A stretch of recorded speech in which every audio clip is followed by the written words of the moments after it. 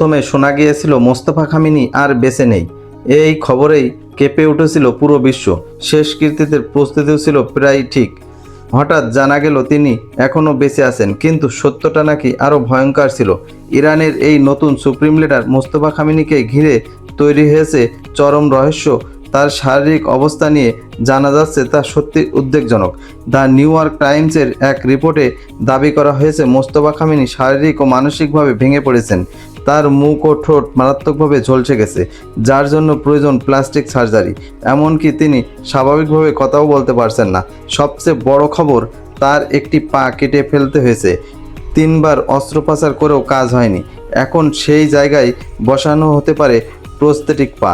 অন্যদিকে তার হাতেও অস্ত্রোপচার হয়েছে, যদিও ধীরে ধীরে সেরে উঠেছে। ক্ষমতায় আসার পর থেকে এখনও পর্যন্ত জনসম্মুখে দেখা যায়নি তাকে। কোনো ছবি নেই, কোনো ভিডিও নেই। সবটাই নাকি পরিকল্পিত সিদ্ধান্ত। এই হামলায় প্রাণে বেঁচে গেলেও তিনি হারিয়েছেন নিজের স্ত্রী সন্তানকে। গত 28শে ফেব্রুয়ারি ইরানে যুক্তরাষ্ট্র ইসরায়েলের যৌথ হামলায় নিহত হয় সাবেক supreme leader Ayatollah Ali Khamenei. সেই হামলাতেও গুরুতর জখম হন মোস্তফা খামেনি। তিনি বেঁচে আছেন, কিন্তু প্রশ্ন একটাই, এই অবস্থায় কি তিনি ইরানকে নেতৃত্ব দিতে পারবেন?